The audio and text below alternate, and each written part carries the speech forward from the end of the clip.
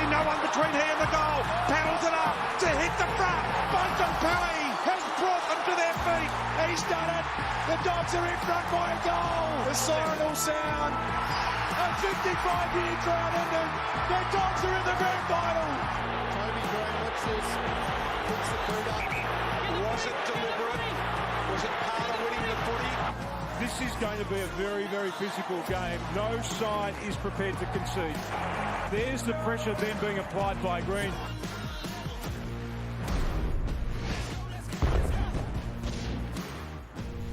It is Ross to Boss time, thanks to Jim Beam and Ross. It's a great rivalry that they've formed, and there's a lot of anger towards the two clubs, and particularly after what went on in that final last year. Yeah, in a short period of time. The Dogs won the one they needed, the prelim in 16, and the Giants have won the next 4. But there was some real angst in that final last year. It's amazing, Ross, how quickly that team has changed from the premiership less than 4 years ago, but you wanted to break down that team that played on that premiership and day. we bring it up because we're all still in our heads the fairy tale of 16 and that ferocious Bulldogs team, but it's important we all understand significant change, and as Bevo would say, a state of flux and transition. So 11 players of that 22 premiership team are gone, either retired or other clubs. There are 11 left on the list, but only 5 played on the weekend. When I saw that number, it blew me away.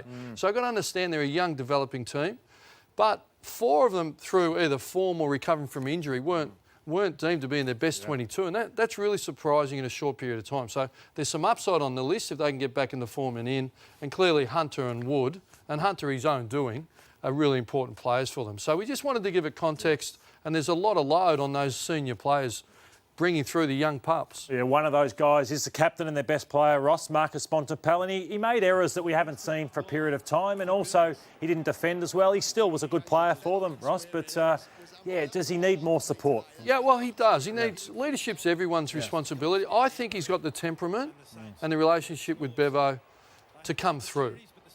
His form is more solid than people think. I watched, considering how they got dominated in the ruck contest, I thought their midfield was okay. And they were hitting the scoreboard, but he's going to be attacked again this weekend. I think GW has to come again. But I think he's got to, I know he's got to keep his temperament, push through, stand his ground, but not let it become a distraction for the Dogs. And I think the Dogs need to target one of their own. I think they've got to get on the front foot and go, well, that's okay, but here you go. Or I'll get that player out of you shortly. Is it Whitfield or is it someone else? But I just want to go back to that elimination final. I'll give you some thinking time on who you'd go after. But this is the way they treated him. He didn't get the support that he needed.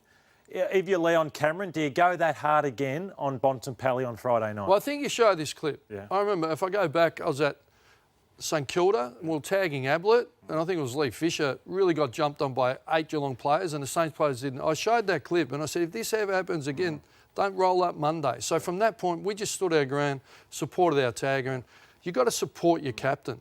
Yeah, you've got to support your captain and get in. And Matty de Boer, he'll go hard. He lowered his colours on the weekend too, and he'll go after him pretty hard, won't he? Yeah, but, Bontempelli, do the 5. Yeah. Well, let's go to the goal square and see how you go, Matty. He's going to need a lot of checking and support, and wear Matty de Boer down. I'd bring Jackson Trengove in this week because I think Tim English needs support. So let's take a look at these numbers of the young ruckman at the Western Bulldogs. So obviously this is a poor defensive stats. Ross, yours? Yeah, so we've had a look at the Dogs' poor defence. Easy to play against the Dogs. Really simply, that's all uncontested possession. Kicks against, uncontested marks, marks inside. If you give it a label, we call it the time and space battle. They're losing the time and space battle against the opposition, and they used to be the hardest to score against coming out of their forward 50. Now they're the worst in the competition based on the weekend. 5 goals St Kilda scored from their D50 all the way. The comp average for the weekend was 8 points, so it's 300% worse. Here's some of them, Ross. Here's some of that. And some of it's an easy fix. So if you look down the line here, there's some concerning stuff here.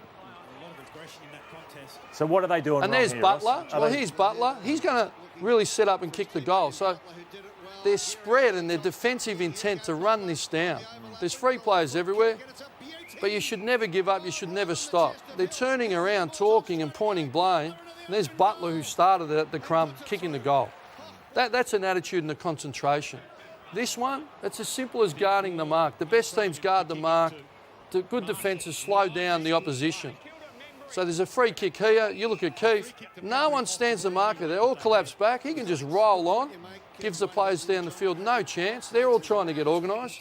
English, a reasonable attempt, but ultimately that should be smothered. and now everyone's under pressure. But in the end, St Kilda end up with 5 players in the goal square on their own. It's un-Bulldog-like, and you need to fix it. Let's guard the mark properly. Yeah. Let's respect our teammates up the field. And it's not the Dogs' back six. It's defence all over the ground. That's all really over the poor. ground. They're off. But this is their real Achilles. The uncontested marks and kicks against.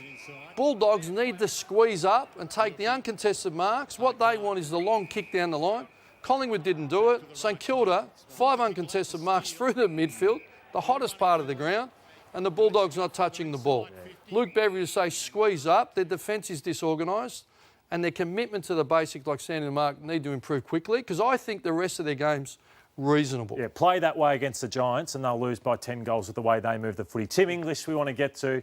This worries me for the Dogs. I know it's probably not as big a worry for you at the moment, Ross, but I feel like they're on the back foot straight away because Grundy, this is actually hit-outs to advantage. So not just hit-outs. So Grundy in round 1, 12-1 against St Kilda. It was 20-3, and overall 32-3. So I feel like even though clearances might square up, they're on the back foot always in defence, and this is him getting out-muscled by Grundy. So do they need to bring Trengove in to at least help him out a little bit? Well, I think he needs some support. The Saints teamed him with Ryder and then and Marshall. Yeah. So he's going to need some support because they just double-teamed and wore him out.